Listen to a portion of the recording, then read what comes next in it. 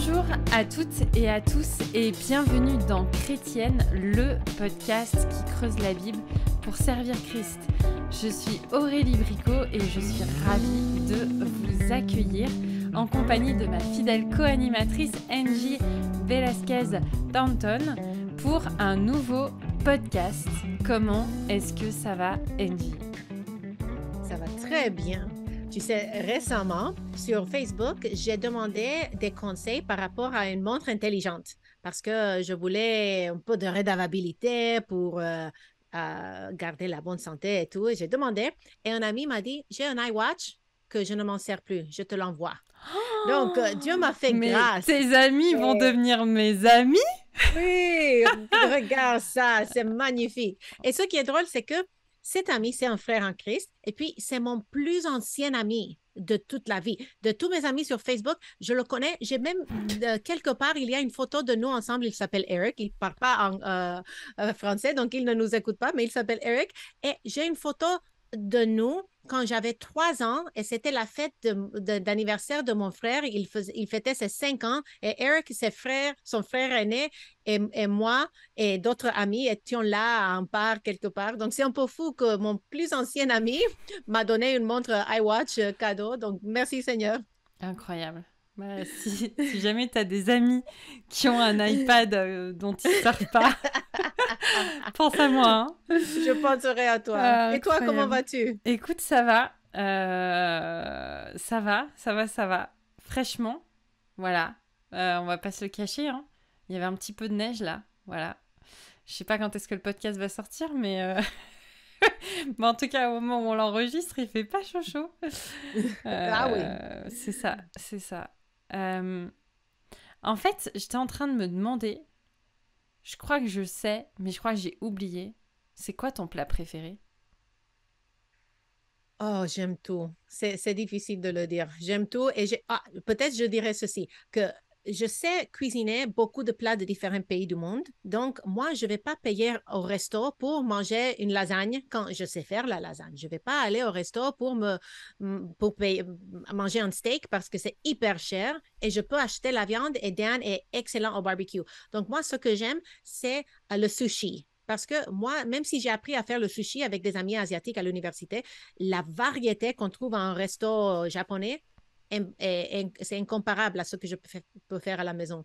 Et un mets chinois que j'aime beaucoup s'appelle dim sum et c'est comme des petits amuse-gueules, un peu comme les tapas espagnols, mais c'est comme des tapas chinoises. Donc, on mange plein de petits amuse-gueules et c'est délicieux. Et moi, je ne peux pas faire ça. Même si je pourrais faire 1 ou 2 de ces amuse-gueules, on prend une grande quantité de tout petits amuse-gueules et ça, je ne pourrais pas reproduire à la maison. Et toi, quel est ton plat préféré?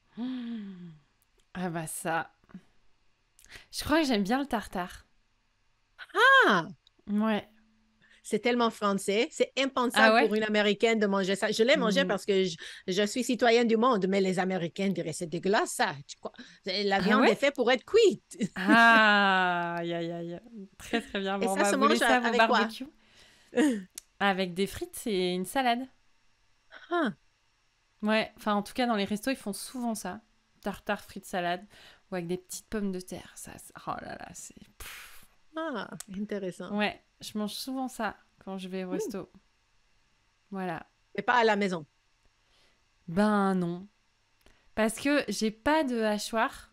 Alors je pourrais la hacher au couteau, hein. Les fins connaisseurs diraient quand même. Mais ouais, je cuisine pas mal et j'aime bien mettre les pieds sous la table. Et puis, il faut avoir de la viande de bonne qualité. Et puis, il faut avoir un petit peu de temps. Voilà, faire la petite marinade qui va bien, tout ça. Et comme il n'y a que moi qui en mange à la maison, tu vois. Donc, c'est pas tous les Français qui mangent ça, même si c'est un plat typiquement français. Ouais, non, Sylvain, il mange pas de ça. Il mange la D'accord. viande bien cuite, lui. Lui, c'est la côte de bœuf. Bien braisée, bien juteuse. Ah là là. Bon, bah voilà, une manière d'introduire un petit peu notre sujet.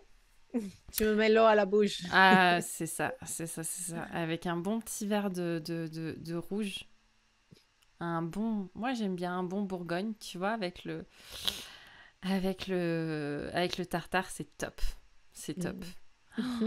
Si Augustin nous entendait, il serait en train de se retourner dans sa tombe, comme on dit. Alors aujourd'hui, on continue notre discussion dans notre périple sur les péchés capitaux. Et nous allons parler, comme vous vous en doutez très certainement, de la gourmandise. Donc je rappelle la liste de Thomas d'Aquin qui a arrêté la liste des 7 vices capitaux qui sont l'orgueil, l'avarice, la luxure, l'envie, la gourmandise, la colère et la paresse. Nous sommes donc au 5e péché capital et le bas blesse.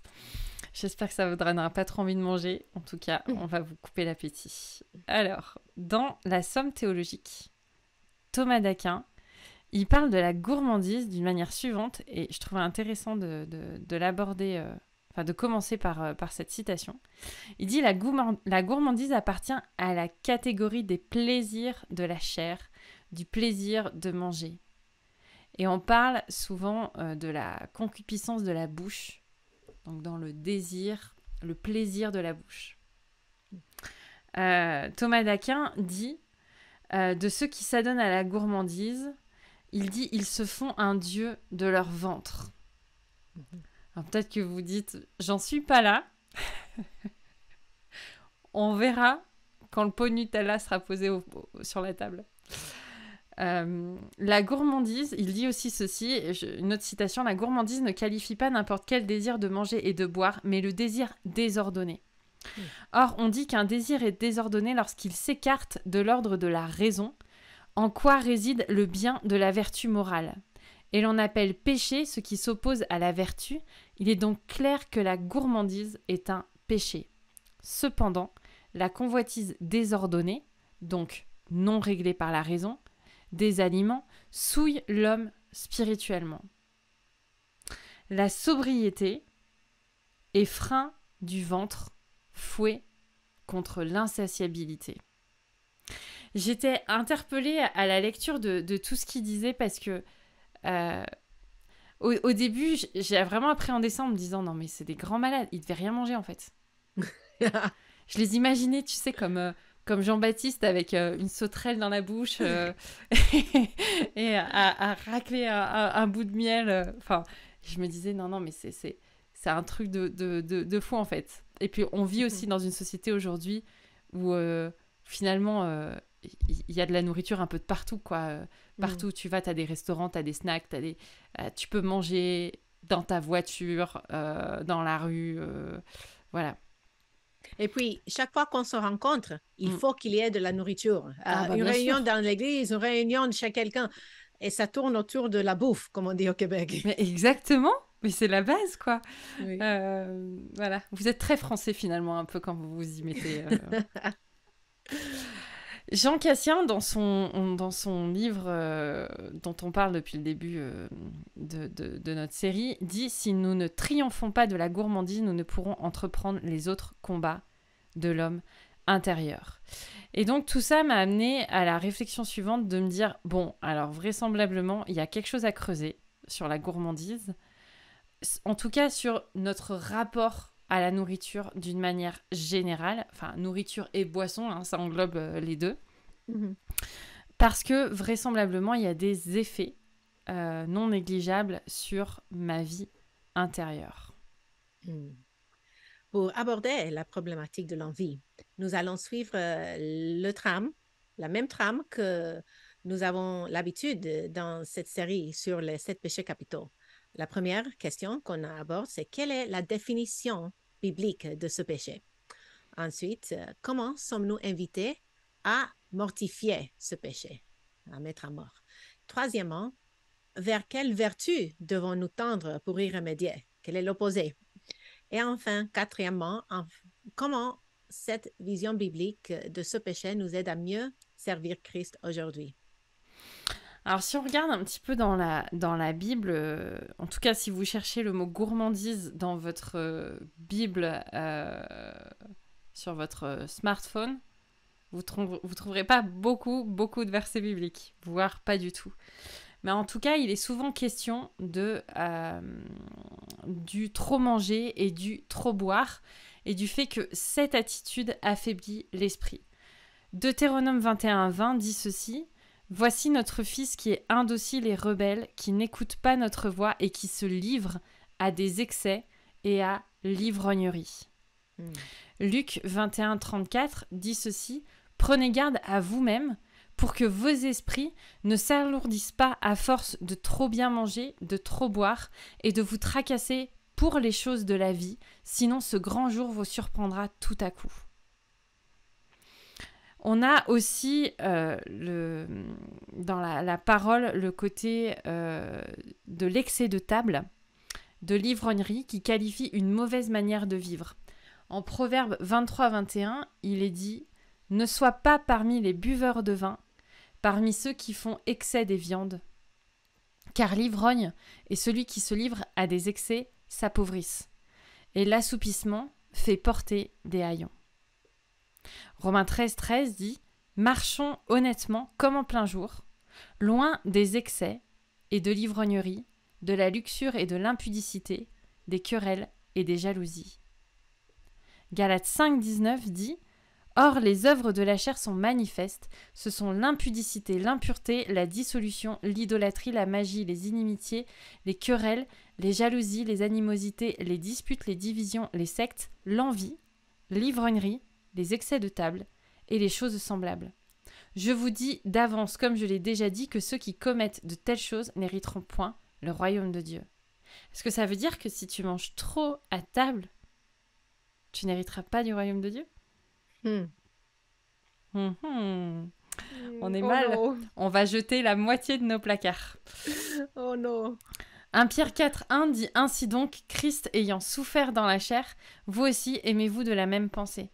Car celui qui a souffert dans la chair en a fini avec le péché, afin de vivre non plus selon les convoitises des hommes, mais selon la volonté de Dieu, pendant le temps qui lui reste à vivre dans la chair. C'est assez, en effet, d'avoir dans le temps passé accompli la volonté des païens, en marchant dans la dissolution, les convoitises, l'ivrognerie, les excès du manger et du boire, et les idolâtries criminelles. » On a dans cette section... Vas-y, Angie.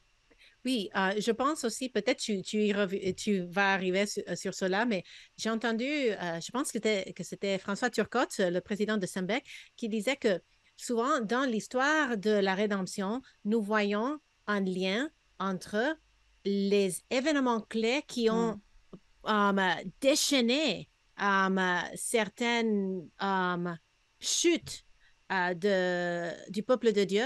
Et il y avait toujours très souvent cet élément d'excès de table, d'ivrognerie qui vont ensemble. Et que ça soit avec le veau d'or, que ça soit quand Noé a bu trop de vin et son fils l'a vu nu.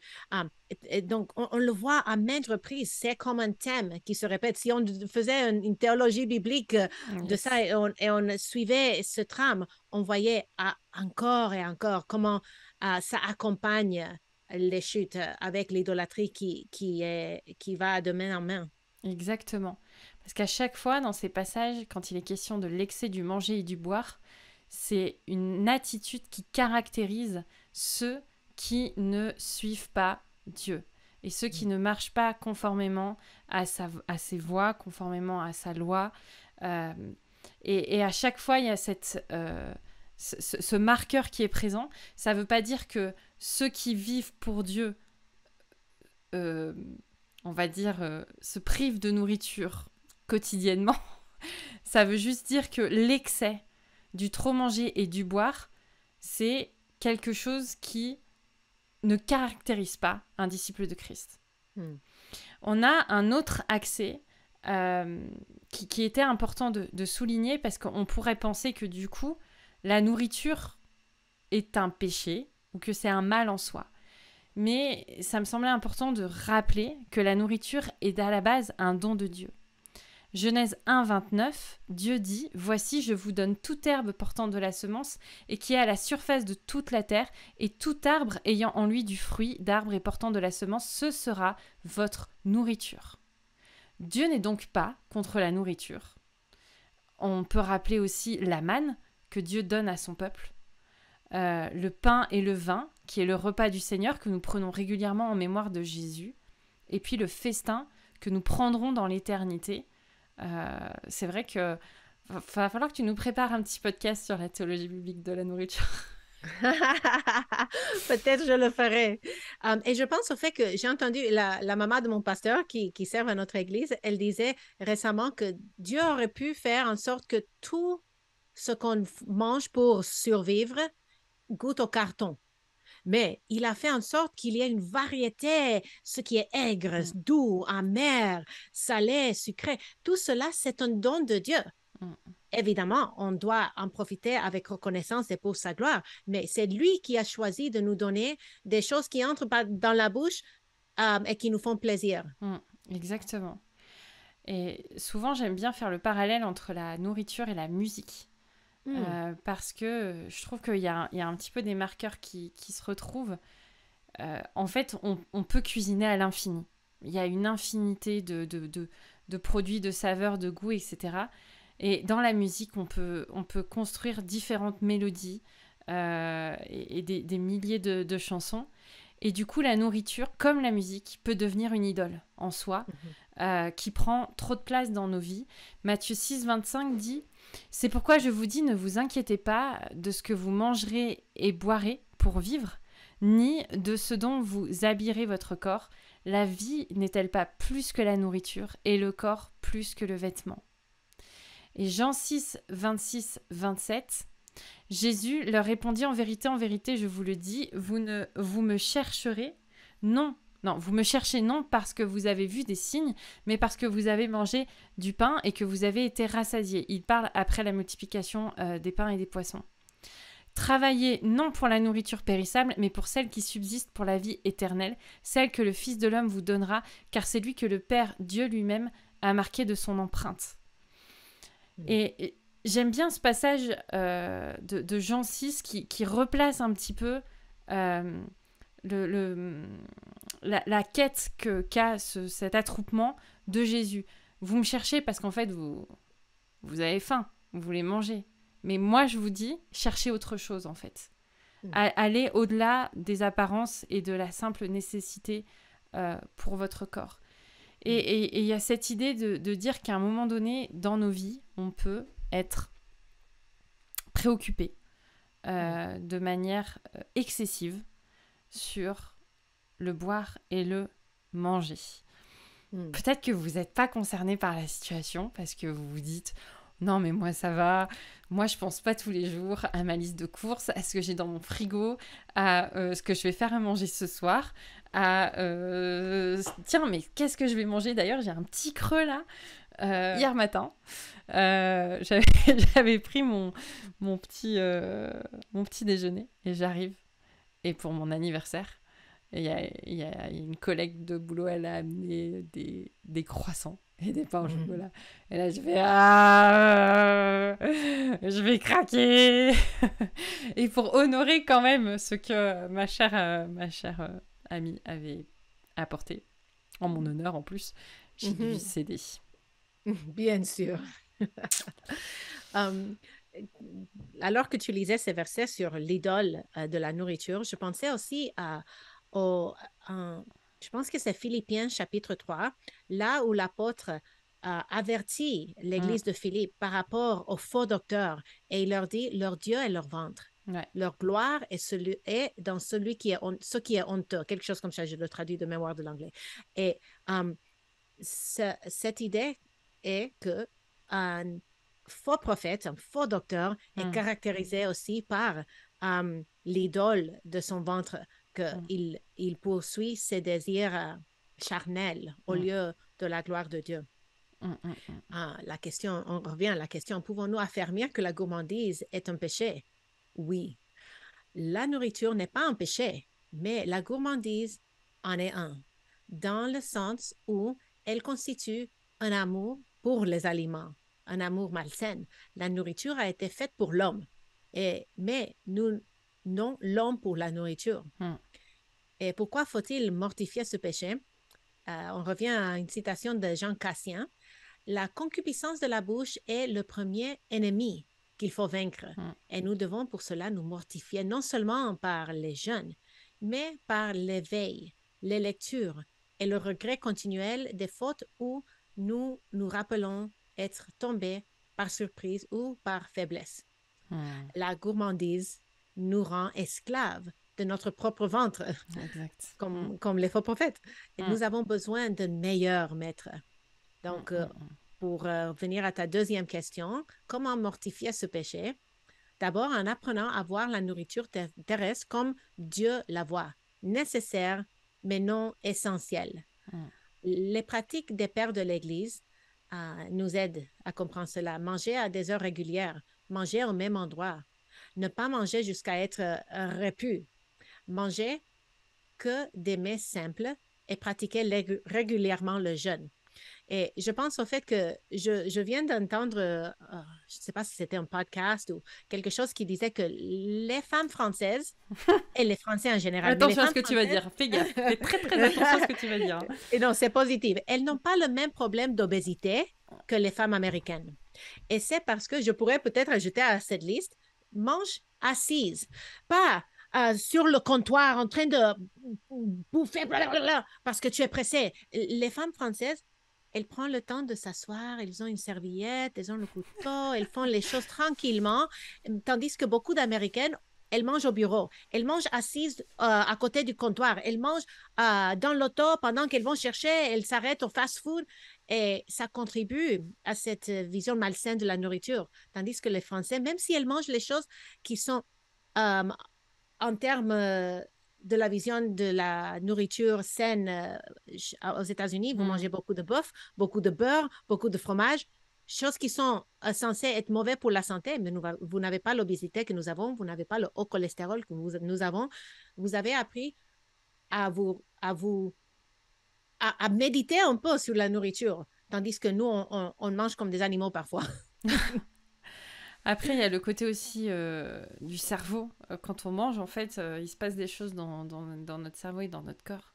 Moi, Mhm. je sais pas, ça doit être la faute de ma chère maman. Euh, mais j'ai appris, enfin, en fait, quand j'étais petite, je mettais des plombs pour manger. C'était un truc de fou, apparemment. Bref. Mais c'est vrai que je me souviens de prendre mon temps, tu vois. Et il Mm. paraît qu'il faut 20 minutes à ton cerveau Yeah.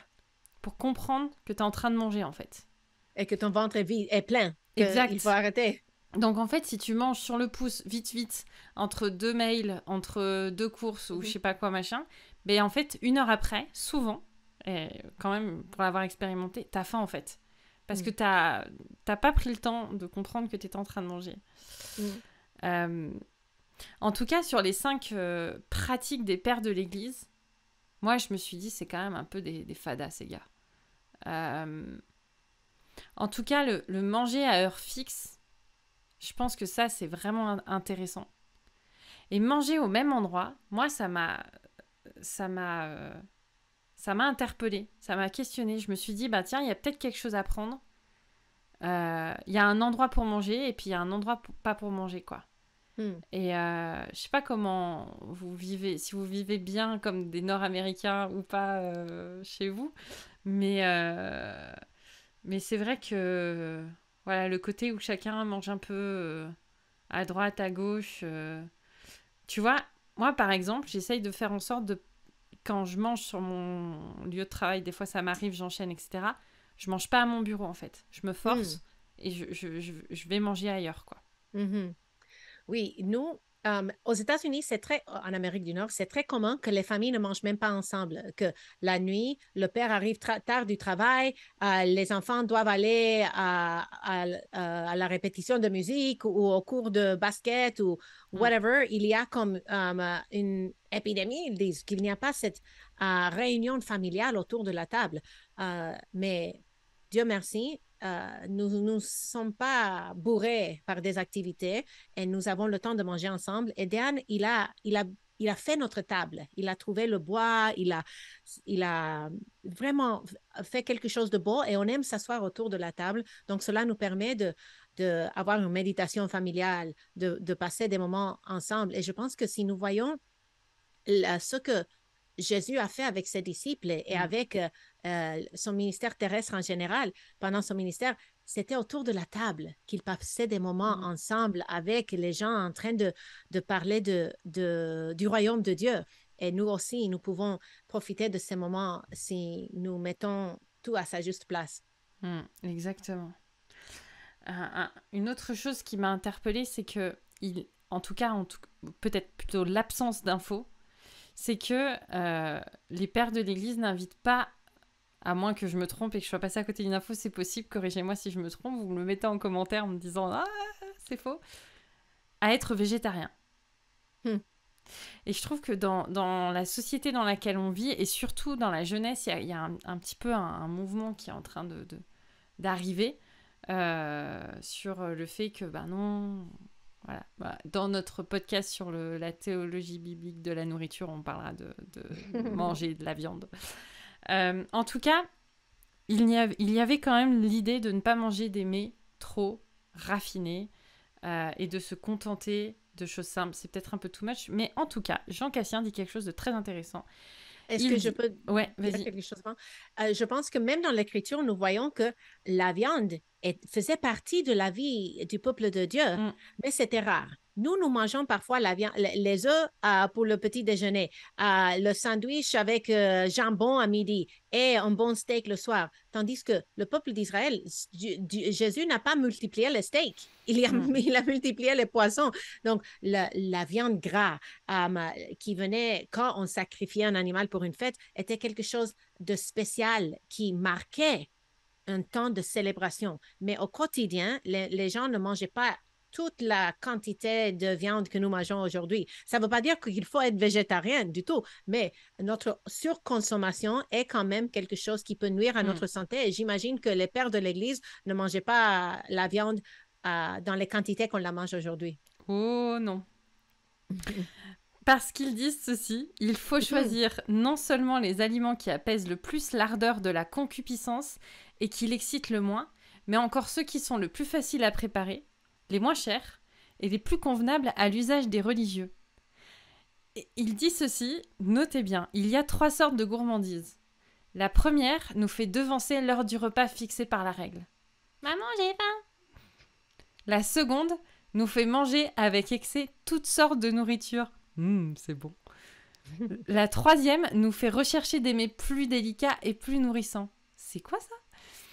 Un religieux doit opposer à ces 3 gourmandises une triple résistance. Il doit attendre le temps fixé pour rompre le jeûne. Il ne doit pas manger jusqu'à satiété. Enfin, il doit se contenter des aliments les plus communs. Et même si ces pratiques ont l'air très puristes, il y a des principes intéressants dans le sens où il institue une forme de discipline alimentaire. Et je pense que c'est ça qui nous manque souvent dans notre rapport à la nourriture, c'est que finalement, il y a le côté plaisir, le côté facile, et le côté, voilà, on se lâche. Est-ce que finalement, c'est encore un domaine dans lequel il faudrait qu'on soit un peu sérieux ? Mais la gourmandise a de ça de mauvais aspect, c'est qu'elle est insatiable. Et en fait, si on attend d'avoir la peau du ventre bien tendue, c'est qu'on a déjà passé la ligne rouge depuis fort longtemps. Et pour gérer notre désir de manger, il faut se fixer des limites. Je pense au fait que, une fois, j'ai rencontré une femme qui avait des troubles alimentaires. Elle disait que c'était beaucoup plus difficile de vaincre ce trouble alimentaire dans un certain sens que de vaincre une dépendance à quelque chose qui n'est pas nécessaire à la vie. Parce que quelqu'un qui est adonné à la cocaïne n'a pas besoin de la cocaïne pour survivre. Mais la personne qui a un dérèglement au niveau de la nourriture doit trouver un équilibre parce que la nourriture est nécessaire. Donc, je pense que ça peut être une bataille pour tout chrétien, pour tout être humain, de trouver une bonne relation avec la nourriture parce qu'on n'a pas besoin de relation avec la cocaïne. Une fois, je me suis occupée d'un enfant. Ça m'a beaucoup étonnée, mais j'ai fait des crêpes. Et en fait, il m'a dit, il faut que tu me dises quand je dois m'arrêter d'en manger. Je lui ai dit, ah bon, pourquoi ? Il me dit, parce qu'en fait, les crêpes, j'aime tellement ça qu'après, j'en suis malade.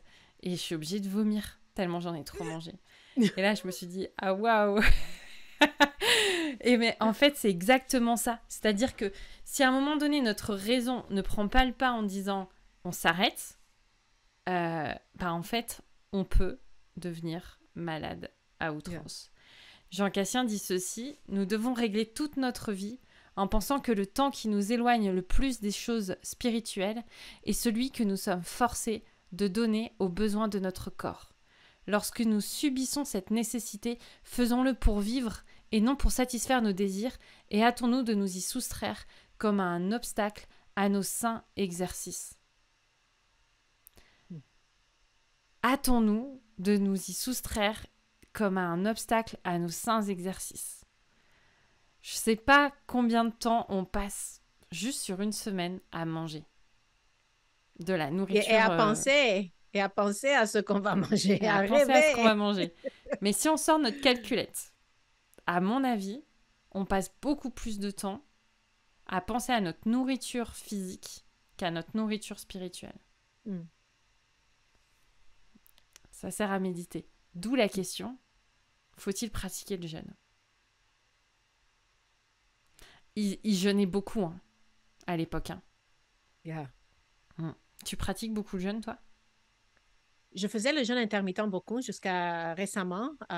J'ai vu un naturopathe qui a dit que le jeûne intermittent n'est pas bon pour les femmes en périménopause, mais le jeûne comme pratique spirituelle, c'est quelque chose que j'ai essayé et j'ai fait pendant des époques, mais je pense que il y a une carence dans cette pratique dans l'Occident, tandis que j'ai des amis au Sénégal ou bien je connais des gens coréens qui jeûnent tellement souvent et d'une façon si disciplinée que ça serait intéressant d'avoir quelqu'un d'une autre culture où le jeûne est plus instauré dans la culture pour qu'il puisse nous apprendre parce que je ne connais pas un expert dans le jeûne dans notre contexte occidental. Il y a quelque chose qui est intéressant que j'ai relevé, j'ai pas noté, mais je pense que c'est encore Jean Cassien. Il y a un parallèle qui est fait entre l'abstinence corporelle et l'abstinence spirituelle, dans le sens où l'abstinence corporelle est vue comme un moyen d'arriver à l'abstinence spirituelle. Et il compare en fait à un moment donné la gourmandise à la médisance, en disant quand on est capable de s'abstenir d'aliments, on est capable de s'abstenir de prononcer des paroles qui ne sont pas pertinentes. Et du coup, voilà, je trouvais qu'il y avait quelque chose à saisir à ce moment-là. Alors, vers quelle vertu tendre quand il est question de gourmandise? Parce qu'on a vu déjà dans des précédents podcasts, mais si vous nous rejoignez à ce moment-là, parce que la nourriture, ça vous parle. En fait, quand on est confronté à une problématique, à un péché, on cherche comment on peut mortifier ce péché, mais on cherche aussi, surtout, vers quoi tendre pour contrebalancer un petit peu la dynamique du péché. Et il y a une première vertu qui me semble essentielle, en fait, dans cette thématique-là, c'est la question de la contemplation. Et à plusieurs reprises, c'est quelque chose qui revient. Des fois, je me dis, c'est fou parce que ces pères de l'Église, ils ont vécu à des époques où je ne sais pas si on pourrait survivre très longtemps, nous, dans ces époques-là, mais ils ont touché des choses dans des profondeurs spirituelles que nous, on n'arrive même pas à en atteindre la surface, il me semble. Bref. Et il parlait de la contemplation de Dieu qui rassasie l'âme et qui est l'un des meilleurs moyens pour réfréner finalement nos envies de nourriture. Et pourtant, je pense qu'à l'époque, ils n'avaient pas des placards avec des pots de Nutella et... je n'ai aucune action chez Nutella, mais bon, c'est un peu le symbole. Mais fais de l'Éternel tes délices et il te donnera ce que ton cœur désire, dit le psaume 37, 4. Et il y a vraiment cette notion, et dans les psaumes à plusieurs reprises, on voit que David parle de Dieu comme d'un mets, en fait, dont il se régale.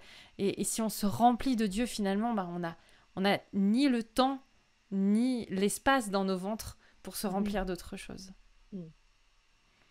Une autre vertu qui est présentée par les pères de l'Église est la tempérance, qui est en fait un moyen de se raisonner dans nos comportements. Et c'est aussi un fruit de l'esprit que tout chrétien est appelé à porter. D'une manière générale, en Galates 5, 23, il est question de la tempérance.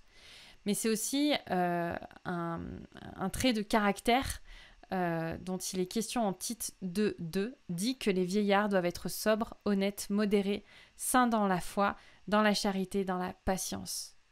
Et aussi une qualité dont il est question en 1 Timothée 3, 11, par rapport aux femmes. Les femmes de même doivent être honnêtes, non médisantes, sobres, fidèles en toutes choses. Et cette qualité s'oppose un peu à ce qu'on a parlé au début dans le trop manger et le trop boire qui qualifiait les gens de mauvaise vie. La tempérance est une qualité qui témoigne de la vie de Christ parmi les chrétiens, mais aussi parmi les leaders chrétiens. 1 Timothée 3,2. Il faut donc que l'évêque soit irréprochable, mari d'une seule femme, sobre, modéré, réglé dans sa conduite, hospitalier et propre à l'enseignement. Jean Cassien, j'enchaîne avec mes citations, dit « Si nous voulons, par nos progrès dans la vertu, aller de victoire en victoire, nous devons suivre le même ordre dans nos combats et dire avec l'apôtre « Je combats et je ne donne pas des coups en l'air, mais je châtie mon corps et je le réduis en servitude. » Excellente citation. Si on revient maintenant à notre troisième question, comment cela nous aide à mieux servir Christ aujourd'hui? Premièrement, veillons sur notre propre comportement. Notre adversaire n'est pas à craindre à l'extérieur. L'ennemi véritable est en nous-mêmes et il nous y faut tous les jours une guerre redoutable. Deuxièmement, veillons à ne pas être une pierre d'achoppement pour ceux et celles qui luttent avec la gourmandise, que ce soit le trop manger ou le trop boire. Et troisièmement, aimons Dieu plus que la nourriture. Et je pense que c'est assez facile de dire. Et pour donner un peu le contexte nord-américain encore, il y a comme ce stéréotype que les chrétiens sont gros, que les baptistes surtout sont gros, parce que on a ces agapes, ces repas partage, et tout le monde apporte son meilleur plat et c'est toujours mauvais pour la santé, mais c'est délicieux et puis on va se servir à maintes reprises. Et il y a un verset où Paul, je pense que c'est même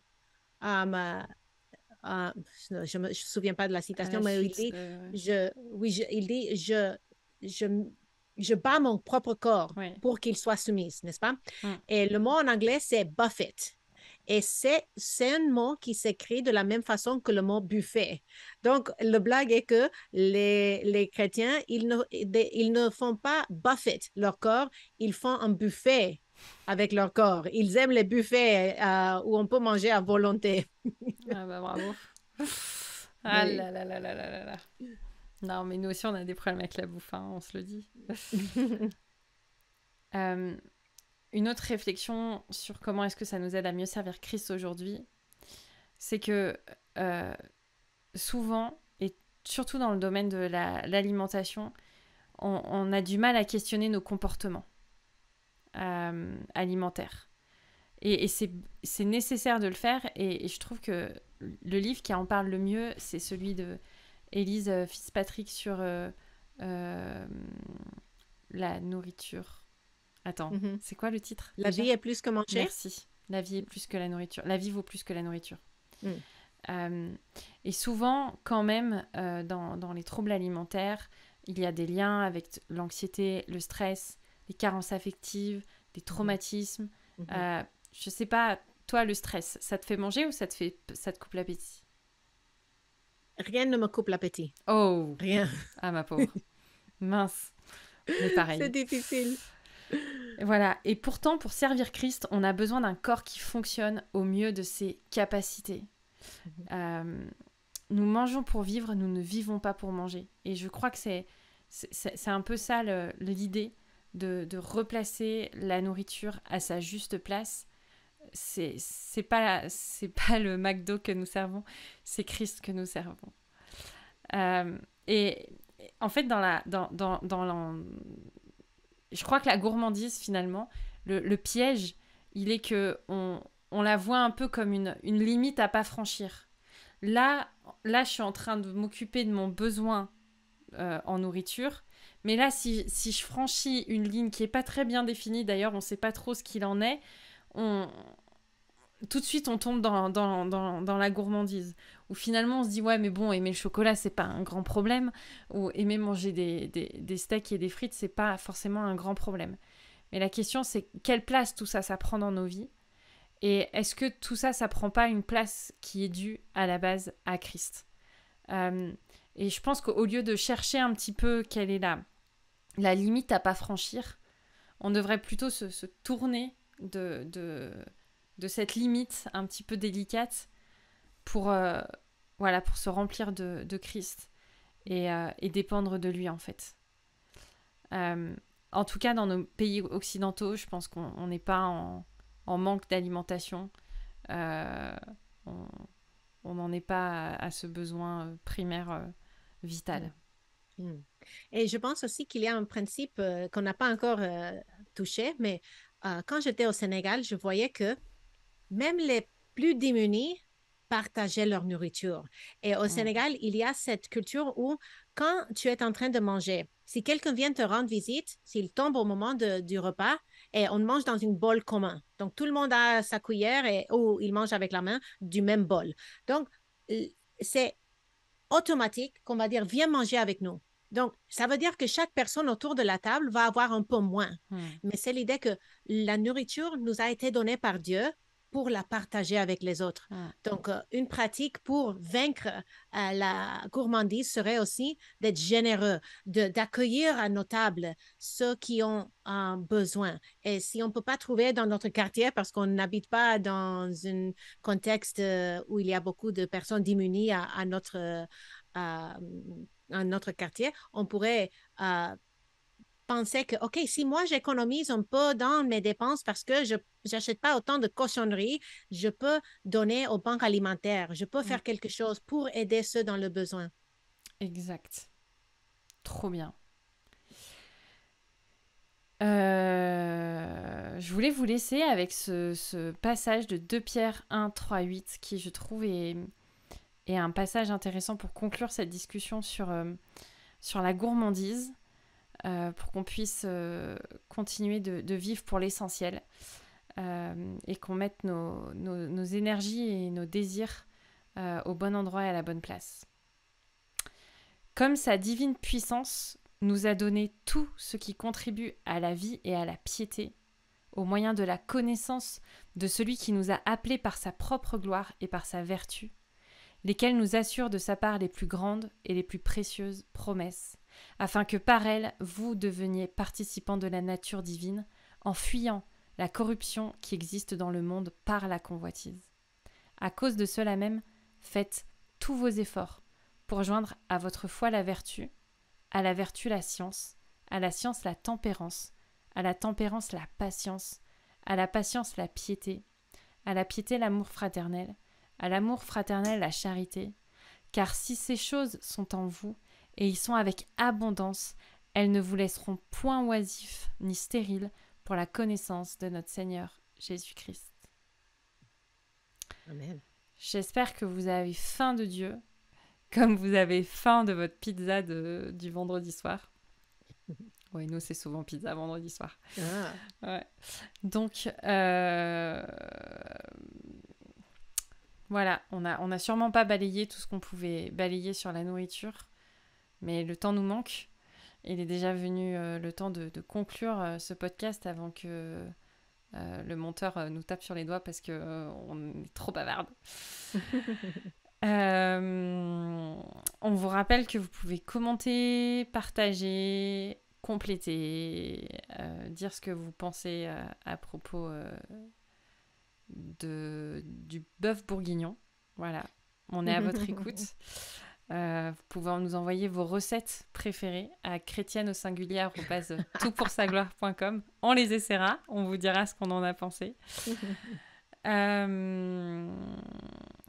Et on va vous laisser. Je suis juste en train de vérifier un petit truc qui va bien. Oui, si, j'avais quand même envie de vous parler du camp TPSG qui va avoir lieu en avril, du 16 au 22, si ma mémoire ne me fait pas défaut, parce qu'il reste encore potentiellement quelques places. Et voilà, c'est un camp qui n'est pas encore tout à fait connu par tous ceux qui nous écoutent, qui nous suivent, qui lisent des articles, etc. Et c'est l'occasion de rencontrer les gens en chair et en os. Alors Angie ne sera pas là, moi je serai là.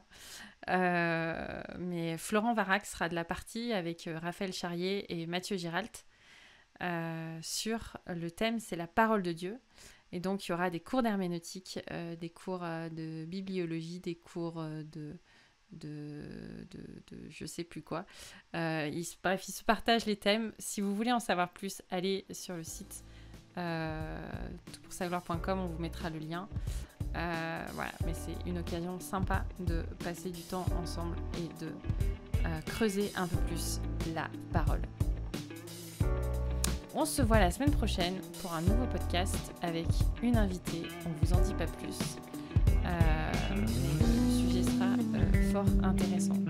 Merci Angie. Merci à toi. C'était vraiment génial ce que tu as partagé avec nous aujourd'hui. Merci beaucoup. Bonne semaine à toi.